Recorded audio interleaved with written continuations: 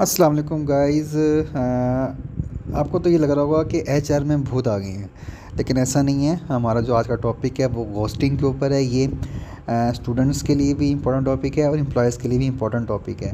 बाज़-औक़ात ये होता है कि एग्ज़ाम में ये क्वेश्चन आता है, what is ghosting in HR या इन रिक्रूटमेंट। तो बहुत सारे कैंडिडेट्स को नहीं पता होता। इवन जो कम्पिटिटिव एग्ज़ाम्स होते हैं, सिविल एग्ज़ाम्स होते हैं, उनमें भी अक्सर ये वाला क्वेश्चन आ रहा है मैनेजमेंट के सब्जेक्ट में। तो इसके अंदर स्टूडेंट्स को नहीं पता होता कि घोस्टिंग क्या होता है रिक्रूटमेंट के अंदर या एचआर के अंदर। बाज़-औक़ात एम्प्लॉयज़ को भी नहीं पता होता, जो प्रोफेशनल एम्प्लॉयज़ होते हैं उनको भी नहीं पता होता टर्मिनोलॉजी का, घोस्टिंग का, या इसके इम्पैक्ट का, या इसके एडवांटेजेस और डिसएडवांटेजेस का।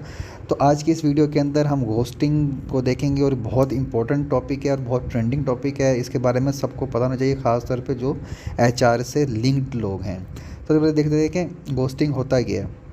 घोस्टिंग ये होता है कि जब कोई कैंडिडेट या रिक्रूटर ड्यूरिंग हायरिंग प्रोसेस गायब हो जाता है। फॉर एग्जांपल रिक्रूटर की बात की जाए तो एक एम्प्लॉय का इंटरव्यू हो चुका है, लेकिन उस पर कोई फीडबैक नहीं आ रहा, कोई गेट बैक नहीं आ रहा, कोई ईमेल नहीं आ रही, तो वो रिक्रूटर की तरफ से वो घोस्टिंग हो गया, यानी कि रिक्रूटर गुम हो गया, उसका कोई रिस्पॉन्ड नहीं दे रहा।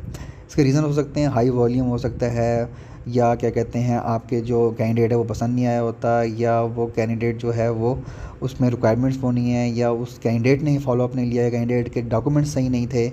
तो वो जो भी रीज़न हो सकता है, लेकिन इसका घोस्टिंग का मकसद मतलब ये है कि वो कैंडिडेट जो है उस तक कोई रिस्पॉन्ड नहीं पहुंच रहा, एम्प्लॉयर की तरफ से, रिक्रूटर की तरफ से जिसने इंटरव्यू लिया है वो उसके पास रिस्पॉन्ड नहीं दिया, कैंडिडेट ढूंढ रहा है, उसको बार बार मैसेजेस कर रहा है, ईमेल्स कर रहा है, लेकिन रिप्लाई नहीं आ रहा।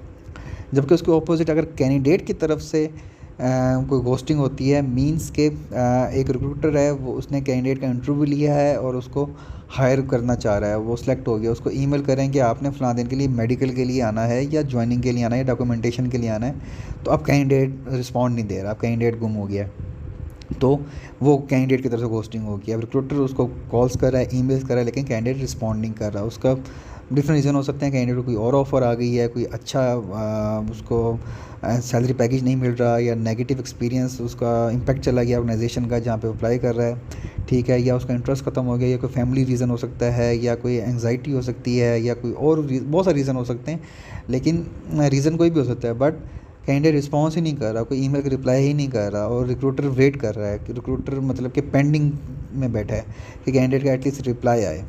तो इसका आप नेगेटिव इम्पैक्ट देखते हैं। नेगेटिव इम्पैक्ट जो है वो एम्प्लॉयर के लिए तो ये हो सकता है कि उसका जो है एक रेपुटेशन ख़राब होती है। अगर कैंडिडेट को कहीं से रिस्पॉन्ड नहीं आ रहा तो ज़ाहिर बात है वो दोबारा उस कंपनी में अप्लाई नहीं करेगा, ठीक है, और दूसरों को भी, अपने फेलोज़ को भी कहेगा आपने अप्लाई नहीं किया, रिस्पॉन्स ही नहीं आता। तो फिर कैंडिडेट की तरफ से ये होता है कि फिर वही वाला हिसाब कि कंपनी जो है वो उस कैंडिडेट को दोबारा कभी शॉर्ट लिस्ट ही नहीं करेगी। वो कहता है कि ये वाला कैंडिडेट तो है ही नॉन सीरियस, दोबारा से उसको अप्लाई या इवन उसको शॉर्ट लिस्ट स्क्रीन ही नहीं किया जाएगा।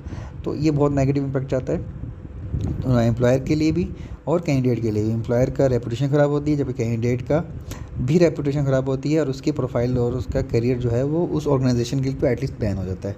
और बाज़ ऑर्गेनाइजेशन उसको परमानेंटली भी बैन कर देती हैं कि नेक्स्ट टाइम इस कैंडिडेट को शॉर्ट लिस्ट नहीं करना, इस कैंडिडेट को हाँ, अगर किसी कैंडिडेट की मजबूरी है, जो भी रीज़न है, वो प्रॉपर फॉर्मल ईमेल कर दे।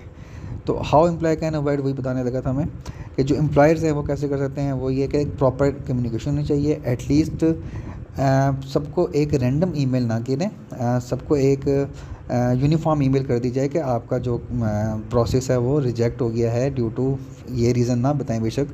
तो कोई भी एक प्रॉपर फॉर्मल ईमेल हो सकती है, regret to inform you that के नाम से ईमेल हो सकती है। तो वो आप ईमेल करें कैंडिडेट को, ताकि कैंडिडेट को एटलीस्ट पता हो जाए कि मैं अब यहाँ से नहीं, मेरा नहीं हो सिलेक्शन हुई तो मैं कहीं और अप्लाई करता हूँ। तो ये वाली चीज़ें जो हैं, इससे एम्प्लॉयर की तरफ से घोस्टिंग कम की जा सकती है। कैंडिडेट को रिस्पेक्ट करना, कैंडिडेट को प्रॉपर गाइड करना, प्रॉपर इन्फॉर्मेशन देना, तो ये वाली जो चीज़ें हैं ये एम्प्लॉयर के लिए बहुत ज़्यादा ज़रूरी होती हैं कैंडिडेट को बताने के लिए, चाहे वो सिलेक्ट हुआ है, चाहे वो नॉन सिलेक्ट हुआ है, चाहे वो रिजेक्ट हुआ है। दोनों सूरत में जो एचआर की रिस्पॉन्सिबिलिटी है, रिक्रूटर की रिस्पॉन्सिबिलिटी बताना है।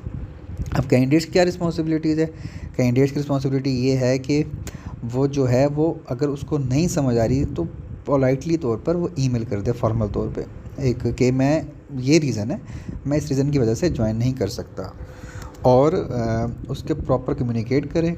अगर ईमेल नहीं कर सकता तो कॉल कर ले, ठीक है, या उस पे जो भी जस्टिफिकेशन रीज़न है वो एटलीस्ट लाजमी बताए, ताकि रिक्रूटर या एम्प्लॉयर की तरफ से भी पता हो कि इस रीज़न की वजह से इस एम्प्लॉय ने ज्वाइन नहीं किया, तो हम इस रीज़न्स को या इस प्रॉब्लम को या इस इशू को सॉल्व करें, ताकि नेक्स्ट टाइम कोई एम्प्लॉय आए तो उसको ये वाला मसला पेश ना आए। तो इस तरह जो कैंडिडेट्स है उसको भी चाहिए रिस्पॉन्सिबिलिटी के साथ वो एटलीस्ट कम्युनिकेट करे और बताए कि मैं नहीं ज्वाइन कर सकता।